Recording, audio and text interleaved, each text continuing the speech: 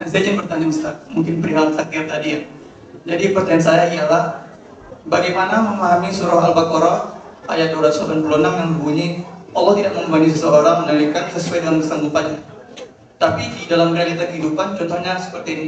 Ada seseorang meninggal karena penyakit kanker, dia menahan sakit sampai meninggal. Ada orang saking stresnya sampai dia gila. Tapi dia itu tetap menerapkan iman di nadir. Ini di kampung saya sendiri, dia gila tapi dia sholat. Apakah Allah menguji mereka dengan sakit, tapi mereka tidak tahan? Sedangkan di ayat tersebut Allah tidak menguji mereka sesuai dengan kesanggupannya. Kita kan tahu nih, manusia diuji sesuai dengan tahap intoleransi, kesabaran, dan kesulitan mereka masing-masing.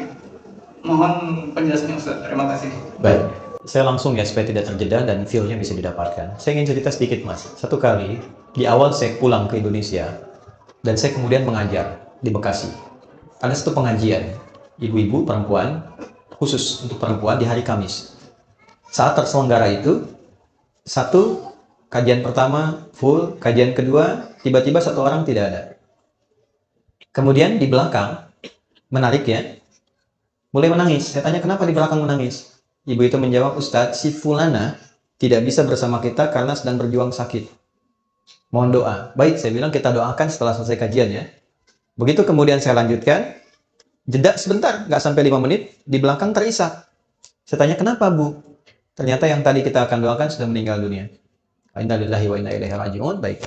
Setelah itu singkatnya, malam kami datang takziah. Anda tahu apa yang terjadi? Ibu dan Bapak, teman-teman semua, luar biasanya. Beliau itu profesinya seorang pramugari. Dalam pramugari profesi yang beliau jalani, tentu banyak kegiatan-kegiatan keduniaan yang terjadi, sehingga juga untuk berhijab pun dulu belum punya kesempatan, pergaulan juga luar biasa. Di ujung hidupnya, Mas, ini yang penting saya sampaikan, dia memutuskan untuk berhenti, selesai, dan dia aktifasikan sisa hidupnya untuk memperdalam Islam. Dia ikut pengajian untuk merubah dirinya. Ketika ikut pertama pengajian, ternyata baru ikut pertama, diagnosis muncul, kena kanker. Lalu masuk rumah sakit. Yang kedua itulah sampai terakhir, ternyata dia berada di rumah sakit sampai ujung hayatnya menjemput. Tapi tahu Anda apa yang terjadi? Ketika saya datang takziah, yang datang itu ibu-ibu pengajiannya, teman suaminya dari jamaah subuhnya, teman-teman lingkungan masjidnya, sedangkan teman seprofesinya belum bisa datang, di malam itu hanya mengirimkan bunga. Saya sampaikan dalam takziahnya, ini luar biasa cara Allah memuliakan hamba ini. Allah berikan sakit sampai ujung hayatnya. Satu, supaya mengisolasi dia dari kegiatan-kegiatan sebelumnya yang sudah dilakukan, sehingga dia fokus untuk bisa menyebut nama Allah saja dalam hidupnya. Setelah dia berubah menjadi orang baik, setelah cukup baginya kemudian beribadah, Allah jemput akhir kehidupannya di tempat dia terisolasi, sehingga dia tidak berbaur lagi dengan yang lain untuk membuat sesuatu yang menyimpang dari kehidupan sebelumnya. Maka apa yang terjadi? Dijemputlah dia dalam keadaan yang baik, dosa-dosanya digugurkan, diberikan pahala yang kuat untuk dirinya, dan yang terakhir yang paling indah, bahkan dimuliakan dan diantarkan oleh tempat-tempat di lingkungan pengajiannya. Yang mau saya katakan apa? Semua apa yang Allah telah tetapkan, yang kita lihat sekarang itu cuma namanya saja. Sakit, kena kanker, kena tumor, macam-macam. Pada hakikatnya, semua itu ujian hidup. Oke? Satu dulu itu. Pada hakikatnya, semua itu ujian apa? Ujian hidup. Nah, semua bentuk ujian itu, apapun yang dialami, feel-nya pasti sama. Yang sakit misalnya, divonis dengan kanker. Yang baru dipecat dari, misalnya pekerjaannya. Sama-sama terasa, vonis itu kan menyakitkan kan? Sama-sama terasa nggak enak ya? Sama-sama terasa gelap kan? Substansinya sama, diuji dengan nama yang berbeda, tapi dengan rasa yang serupa. Semua kita dalam hidup akan mengalami peristiwa-peristiwa ujian-ujian itu dengan dua tujuan. Satu, ini yang saya ingin maksudkan. Nanti saya kembalikan ke Quran surah kedua ayat 286. Satu, supaya dalam perjalanan hidup itu, satu, kita bisa kenal Allah. Ini. Semua yang kita alami itu tujuan akhirnya untuk mengenal Allah. Anda belajar sepintar apapun, tujuan Anda diberi ilmu sampai sedemikian pintar supaya kenal Tuhan. Makanya disebutnya ilmun, ain, lam, mim. Ketika dikerjakan jadi amal, ain, mim, lam. Objeknya alam, ain, alif, lam. Ain, alif, lam. Alam itu artinya tanda dalam bahasa Arab. Tanda yang mengenalkan pada Tuhan. Kalau dijamakkan jadi alamin. Kita declare dalam salat, alhamdulillahi rabbil alamin. Nah, sebanyak-banyaknya ilmu itu untuk kenal Tuhan. Sampai kalau lihat langit itu kita tahu, oh betapa indahnya Allah menciptakan ini. Begitu lihat lautan, betapa luar biasanya Allah menciptakan ini. Kalau cuma kita sampai hanya menyimpulkan lautnya bagus, bintangnya bagus, itu baru luarnya.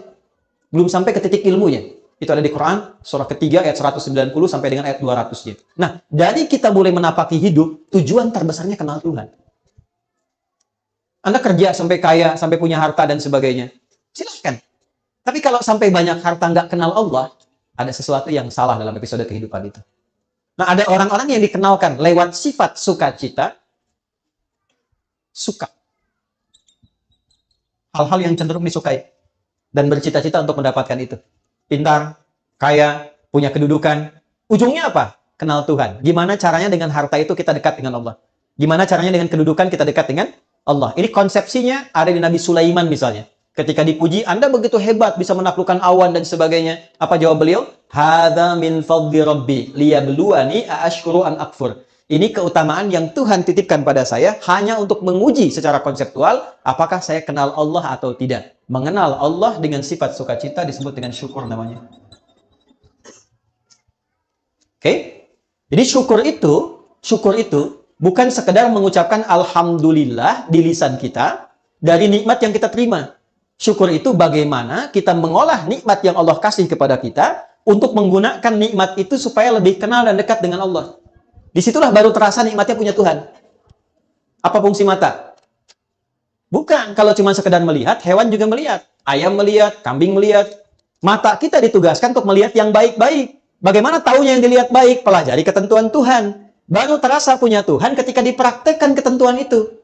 Kata Allah, jangan lihat, dipalingkan. Baru kita merasa iman kepada Allah. Kalau nggak pernah kita ikuti, kita nggak merasa punya Tuhan. Makanya yang sudah beriman, sudah berislam, kan nggak semua bisa dilihat.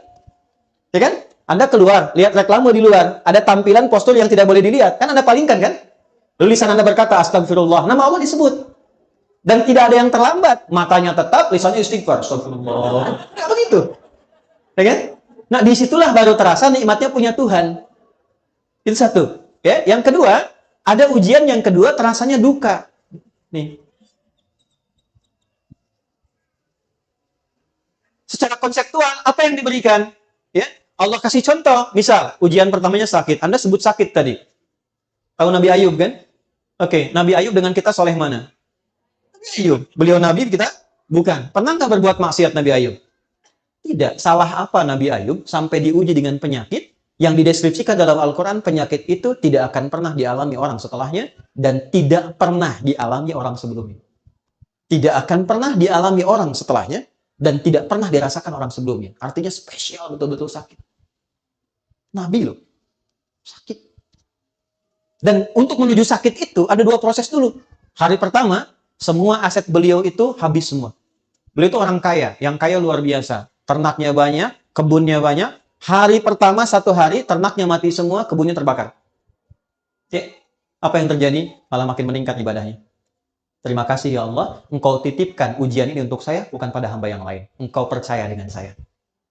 Setan makin penasaran. Ya Allah, minta izin. Yang kedua, wafatkan semua keluarganya dari anaknya. 12 anaknya, hari kedua meninggal semua. 12 anaknya, meninggal semua.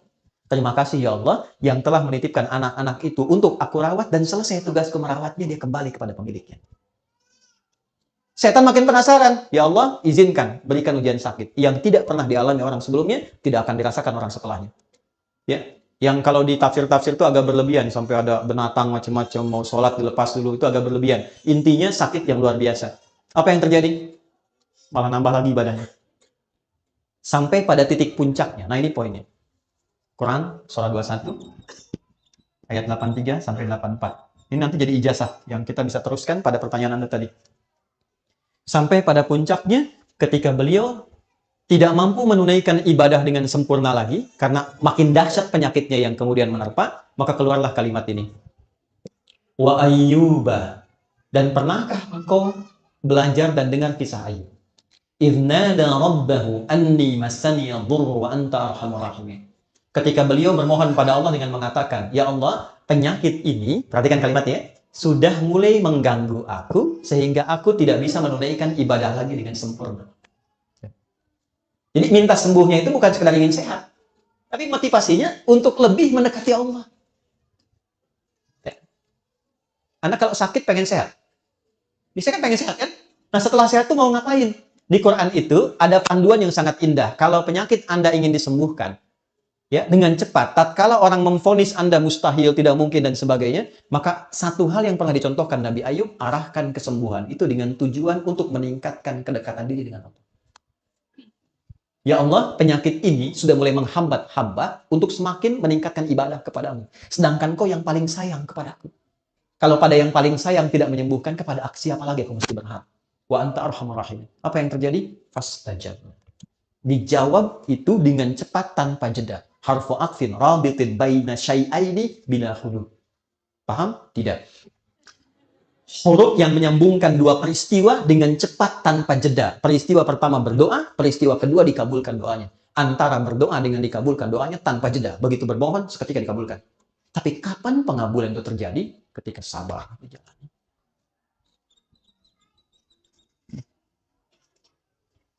Istrinya berkata begini, Papa, kalau bahasa kita ya, Papa kan Nabi, Rasul. Minta aja sama Allah sembuh. Nggak minta kaya, minta sembuh, pasti dikabulkan. Apa jawab Nabi Ayub? Suez, jawabnya apa? Kata Nabi Ayub gini, Mah, berapa lama kita ini kaya? Ada riwayat mengatakan 70 tahun, ada riwayat mengatakan 20 tahun. Berapa lama kita sehat? 20 tahun. Berapa lama kita diuji sakit? 15 tahun. Nanti sajalah saat sakitnya sama dengan ujian sehatnya. Selama 20 tahun, baru aku minta kepada Allah. Aku malu diuji sehat 20 tahun, diuji keberkahan 20 tahun, baru diuji sakit, sabarnya belum optimal, aku sudah minta kepada Allah. Nanti saja, kalau sudah sama ujian sakit dengan sehatnya, baru aku minta. Tapi ini bukan level yang kita harus tiru gitu kan? Tidak, bukan begitu maksudnya. Saya ingin tunjukkan bagaimana beliau mengelola implementasi sabar dalam kehidupan. Jadi ketika seseorang bisa melihat syukur dan sabar, dua anugerah yang ditampilkan untuk mengenal Allah, disitulah semua jadi netral. Ini yang dimaksud hadis Nabi dalam Sahih Al-Bukhari, ajaban li amril mu'min. Orang Islam itu kalau imannya sudah mulai meningkat, akan terjadi peristiwa yang mengagumkan. Apa yang terjadi? Jika dia merasakan senang, dia bersyukur. Jika dia diuji dengan musibah yang terasa duka, dia bersabar. Sehingga semua terlihat netral untuk mengenal dan mendekat kepada Allah Subhanahu wa Ta'ala. Makanya ada ulama yang biasa sakit. Begitu tidak sakit, dia nangis. Kenapa Anda menangis? Padahal kan Anda sehat. Saya khawatir ketika Allah tidak memberi saya sakit di pekan ini, Allah sedang meninggalkan saya. Saking pahamnya dengan esensi kehidupan. Jadi yang pertama yang ingin saya katakan, kita jangan simpulkan bahwa ayat Allah tidak mungkin menguji seorang hamba di luar batas kesanggupannya dengan menerapkan ayat itu kepada orang yang divonis penyakit tertentu dan terlihat kemudian dia berekspresi seakan-akan dia tidak sanggup menahannya. Kalimat yang kita jawab dengan itu justru kita balik. Maha suci Allah yang telah menitipkan itu kepada beliau dimaksud, yang belum tentu ketika diberikan kepada saya belum tentu bisa sanggup untuk menahannya. Yang diberikan kepada orang lain belum tentu sanggup menjalaninya. Diberikan kepada hamba yang ini, karena dipilih dia dengan itu, satu, meningkatkan kesabarannya. Dia dapat peluang ibadah. Jadi kalau Anda menghadapi apapun, persepsikan itu dalam bahasa Quran, satu, sebagai peluang ibadah, untuk mengenal dan mendekat kepada Allah, dengan apa yang khusus diberikan pada kita, bukan pada orang lain. Ini mahal. Di situ kita sering berdoa kan? Di situ kita sering sebut namanya. Berapa banyak yang dinilai? Di situ kita simpulkan untuk kreatif, menjalani hidup dengan baik. Di situ kita simpulkan untuk tidak memanfaatkan waktu dengan baik, tidak sia-sia lagi. Mahal. Yang belum tentu kita dapatkan itu pada situasi yang orang sebut dengan kata-kata dia sehat. Jadi pada akhirnya, sakit dan sehat itu hanya titipan dari Allah untuk semakin meningkatkan ibadah kita kepada bagian pertama ini.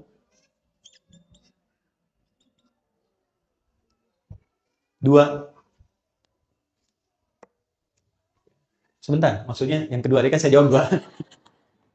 Di satu bagian, jadi satu bagian yang pertama saya kembalikan, la yukallifullahu nafsan illa wus'aha, bukan dipahami dari ekspresi hambanya, tapi dipahami dari perspektif Allahnya ketika memberi. Allah menilai dia sanggup menjalani itu sampai titik yang diberikan oleh Allah untuk bisa menanggungnya. Adapun yang didapatkan dari situ adalah hikmah. Jelas hikmahnya kemana? Karena itu gini, cara bersikapnya diberikan oleh Allah apapun terima dulu. Cara bersikapnya itu. Katakan pada diri kita, terima kasih ya Allah yang telah menitipkan ini kepada saya, bukan pada yang lain, karena engkau menilai aku sanggup menjalaninya. Setelah itu yang kedua, kenali Allah dengan petunjuk-petunjuk yang diberikan kepada kita lewat pemberian itu. Jadi kalau sakit, belajar hikmahnya tentang ayat-ayat sakit. Jangan Anda sakit, belajar yang dikaji tentang ayat-ayat bisnis. Nggak nyambung. Pelajari Nabi Ayub, Nabi Ibrahim ketika sakit bagaimana, ya. Dan yang kedua tadi yang ingin saya sampaikan, supaya kita bisa menikmati proses ikhtiar di dalamnya, sehingga mengumpulkan banyak pahala yang mungkin bisa kita raih. Yang tidak ditemukan dalam kondisi apa? Sehat. Jadi semua netral terlihatnya. Allahu a'lam bishawab.